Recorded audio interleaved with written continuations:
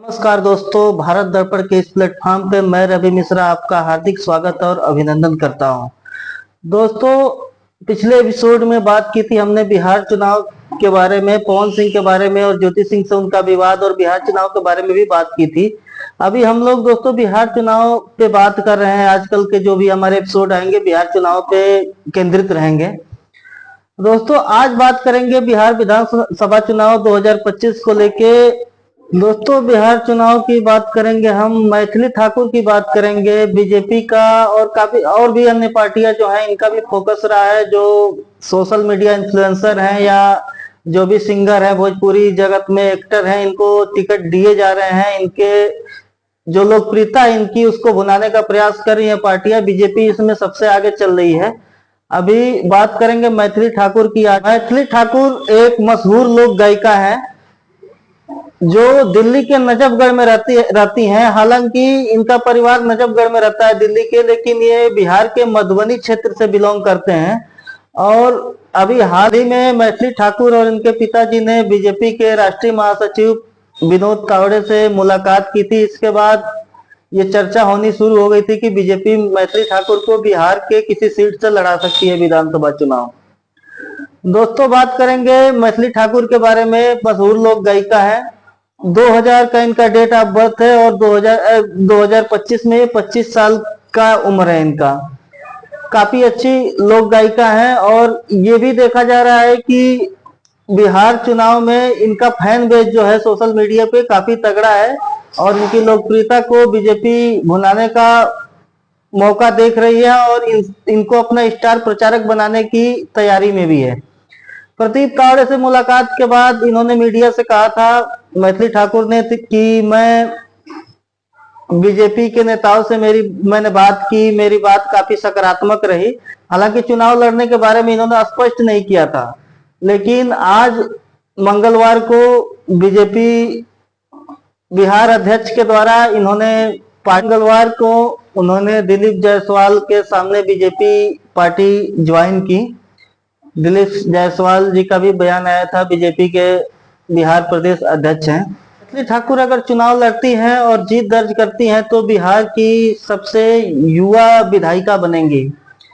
चर्चा है कि उन्हें दरभंगा के अलीनगर सीट से विधानसभा चुनाव लड़ाया जा सकता है। अलीनगर सीट से वर्तमान में जो विधायक हैं वीआईपी पार्टी से आते हैं, एनडीए का उम्मीदवार थे, एनडीए की तरफ से चुनाव जीता था उन्होंने पिछले 2020 के विधानसभा चुनाव में। मिश्रीलाल यादव का टिकट पहले से ही कटना इस बार कंफर्म माना जा रहा था और उन्हीं के टिकट पर बीजेपी इस बार मैथिली ठाकुर को लड़ा सकती है। इसकी औपचारिक घोषणा अभी नहीं हुई है, लेकिन औपचारिक अनाउंसमेंट होने के बाद ये क्लियर हो जाएगा। दिलीप जायसवाल का भी एक ट्वीट आया था, एक बयान आया था उनका कि जो देश बिहार प्रदेश की जो भी परिवार हैं वो बाहर जाकर जो पलायन कर चुके हैं वो फिर से बिहार में आ रहे हैं एनडीए के सरकार में। और मैथिली ठाकुर का भी कहना था काम के सिलसिले में वो दिल्ली में रहती हैं, लेकिन वो बिहार आकर अपने लोगों का सेवा करना चाहती हैं।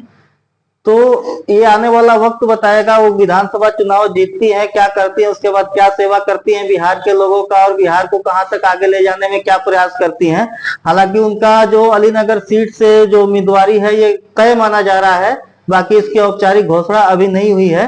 तब तक के लिए हम आगे आपको बताएंगे, इसमें क्या जो भी अपडेट आते हैं हम आपको आगे बताने का प्रयास करेंगे। बात करेंगे दोस्तों, देखिए मैथिली ठाकुर का बात हुआ, बात करेंगे हम एक और सोशल मीडिया इन्फ्लुएंसर, एक और सोशल मीडिया लोक गायिका जो काफी फेमस हुई थी हाल के वर्षों में, नेहा सिंह राठौर की। नेहा सिंह राठौर ने बतौर लोक गायिका सोशल मीडिया पे गायकी की अपनी शुरुआत की थी। काफी अच्छे एक दो उनके जो गाने आए थे लोक गायिका के तौर पे सोशल मीडिया पे, 2-4 लाइन अपने वीडियो में उन्होंने जो गाया था वो उनको रातों रात लोकप्रियता मिली सोशल मीडिया पे। उसके बाद से उन्होंने अपना एक स्टैंड ले लिया, जैसे उन्होंने सत्ता पक्ष की आलोचना करना स्टार्ट कर दिया। सत्ता पक्ष की आलोचना उन्होंने जब से स्टार्ट किया, बिहार चुनाव में एक उनका गाना आया था बिहार में काबा, उसके बाद से यूपी में उनका गाना आया यूपी में काबा, ऐसे करते करते उन्होंने मोदी पे चौकीदार और कई गाने उनके आए जो काफी विवादित रहे, उस पर काफी चर्चा भी हुई, लेकिन उन्होंने काफी लोकप्रियता हासिल की। विपक्षी पार्टियां उन्हें काफी पसंद भी करने लगे, उनके गाने भी शेयर होने लगे। अखिलेश यादव जी ने भी शेयर किया था, राहुल गांधी भी कई जगह उनका नाम ले चुके हैं। और बात की जाए जब ऑपरेशन सिंदूर की, उस समय एक उनका वीडियो वायरल हुआ था, जो पाकिस्तानी आर्मी ने वहां पे उनका वीडियो दिखाया था, इससे काफी विवादों में भी रही है।